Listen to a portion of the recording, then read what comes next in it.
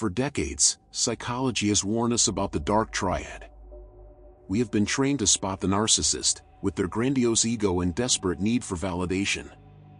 We have been trained to spot the Machiavellian, the schemer who views people as pawns on a chessboard.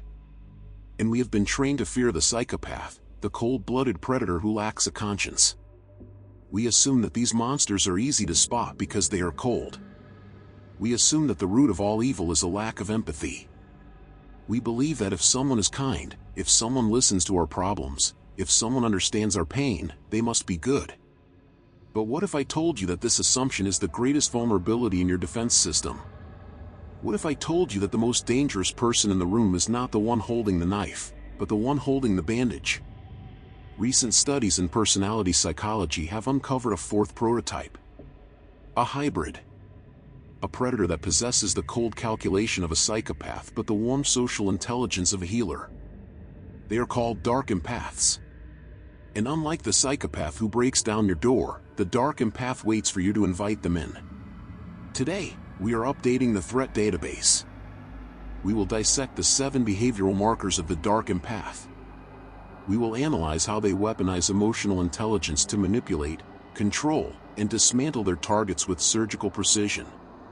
Welcome to the Deep Scan. Welcome to Cobalt State X. To understand the Dark Empath, you must first understand the architecture of empathy itself. Science divides empathy into 2 distinct categories: emotional empathy and cognitive empathy. Emotional empathy is what most people have. When you see someone crying, you feel sad. Your mirror neurons fire. You share their burden. It is visceral and involuntary. Cognitive empathy, however, is simply data processing. It is the ability to intellectually understand what someone is feeling without actually feeling it yourself. It is knowing that tears equal sadness, just as a computer knows that 1 + 1 = 2. The Dark Empath scores high on the dark triad traits, narcissism and psychopathy, but they also score exceptionally high on cognitive empathy. This is a lethal combination. The psychopath hurts you because he is blind to your pain. The Dark Empath hurts you because he sees your pain. He knows exactly where your emotional pressure points are. He knows the precise coordinates of your insecurities. He does not lack the equipment to understand you, he uses that equipment to calibrate his weapon. The first sign of a Dark Empath is the Trojan Horse of vulnerability. A classic narcissist demands to be the center of attention. They brag. They dominate. This makes them annoying, but visible. You can see them coming. The Dark Empath takes a different approach. They use humility as a hook. They will often present themselves as introverted, slightly self-deprecating, or misunderstood. They will share a small secret or a weakness early in the relationship. This is a calculated move. By showing vulnerability, they trigger your instinct to nurture. They make you feel safe.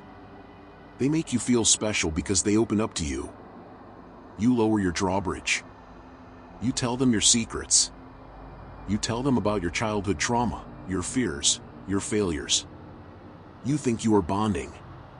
In reality, you are uploading your blueprints to an enemy architect. They are harvesting data. Once they know your triggers, they can pull them whenever they want. The second sign is surgical humor. Everyone loves a funny person. Humor is a sign of intelligence and charisma. But observe closely how a Dark Empath uses humor. Their jokes are almost always at someone else's expense, but they are delivered with a smile. They master the art of Schrodinger's joke, a statement that is both an insult and a joke at the same time. If you get offended, they will gaslight you instantly, "You're too sensitive," or "I was just teasing because I love you." This is social surgery. They cut you in front of a crowd, lowering your status and raising theirs, but they do it so skillfully that you cannot fight back without looking like the aggressor. They use humor to test your boundaries. They start with small digs. If you tolerate them, they escalate. Slowly, they erode your self-esteem while everyone around you is laughing. The third sign is the weaponization of guilt. Regular narcissists use anger to control you. If you disobey, they rage. Dark empaths use guilt. Because they understand social obligations and emotional debts, they know exactly how to make you feel like the bad guy. They are masters of the silent martyr act. They won't scream, they will sigh. They won't attack, they will look disappointed. They will do things for you that you didn't ask for, and then hold those favors over your head forever. If you try to set a boundary, they will say, "After everything I've done for you, this is how you treat me?" They twist reality until you find yourself apologizing for things you didn't do. They hijack your conscience and use it as a remote control. The fourth sign is strategic validation. A psychopath doesn't care what you think. A dark empath knows that validation is a drug, and they become your dealer. In the beginning, they will be your biggest supporter. They will compliment you on things no one else notices. They will make you feel seen. This creates a dopamine dependency. You become addicted to their praise. Then, they begin the intermittent reinforcement phase. They withdraw the validation. They become cold or distant for no reason. You panic. You work harder to get that high back. You chase them. Then, just as you are about to give up, they give you a crumb of validation. This push-pull dynamic creates a trauma bond that is biologically identical to a gambling addiction.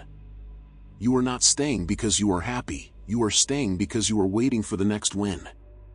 The fifth sign is the gossip sniper. Dark empaths are obsessed with information flow. They want to know everything about everyone, but they rarely share their own true thoughts. They often position themselves as the shoulder to cry on for the entire group. People tell them everything. They collect secrets like ammunition. But unlike a loudmouth gossip who spills secrets for attention, the dark empath saves them for strategic deployment. They will reveal a secret only when it serves to destroy a rival or create conflict between two other people. This is called triangulation. They will tell you what person A said about you, and tell person A what you said about them. Then, they sit back and watch the chaos, remaining the innocent friend of both sides. If you see someone who is friends with everyone, but chaos seems to follow them, you are looking at a dark empath. The sixth sign is the victim-hero complex. This is the most confusing aspect for the victim. Dark empaths often gravitate towards roles of authority or caregiving. You will find them as therapists, spiritual gurus, nurses, or charity leaders. This gives them two things: access to vulnerable people, supply, and a shield against criticism, reputation.